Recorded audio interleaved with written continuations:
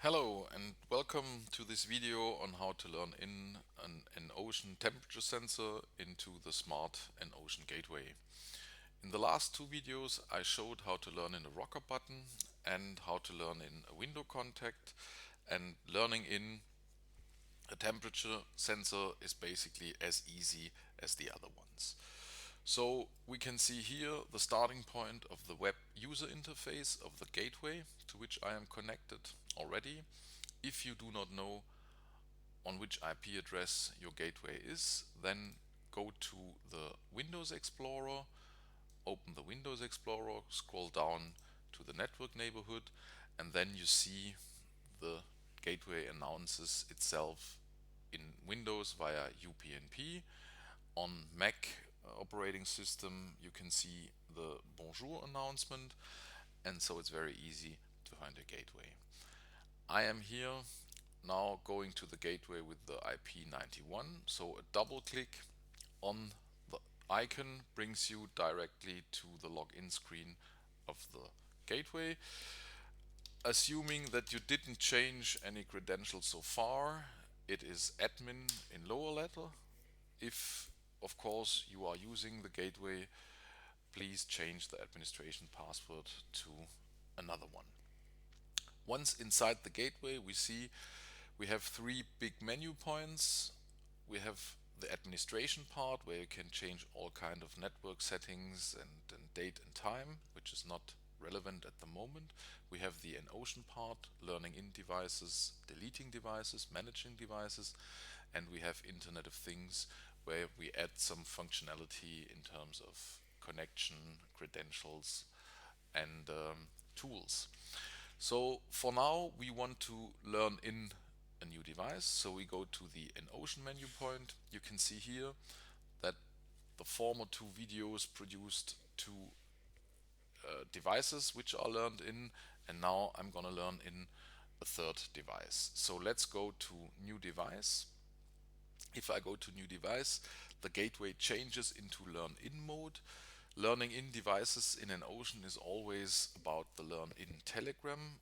On one side you have to put the gateway in the learn in mode, and on the other side you have to produce the learn in telegram on the EnOcean device. This is up to the manufacturer how he enables this. Some devices are just magnetic, some devices have a push button on the outside, some devices have a push button on the inside. So please, if you do not know how to produce the learn in telegram, look in the manual or contact the manufacturer. In this case, I am having a temperature sensor in front of me, and the temperature sensor, which I opened the case, has inside a small button which I can press now. Now I have pressed it, and now you can see we received a learn in telegram from the temperature sensor. As always, the date and time at which we received the telegram, the device ID, which is unique, and the learn in procedure, which is now a third different procedure, received 4BS. We have a manufacturer coded inside, it's IDRF at this time, and the device transmits an EnOcean equipment profile where all the information is inside what the device is able to do, and in this case it's A50205. So again, we are half through the learn in procedure. We have to go on the pen, we have to give a friendly name to the device. So I'm gonna give it the name demo temperature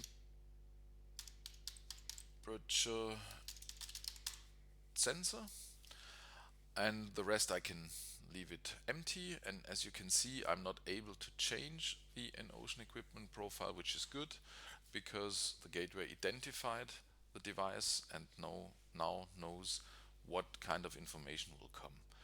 So all I can do is I press OK, and after pressing OK, if I go to devices, then I can see that we have three devices learned in.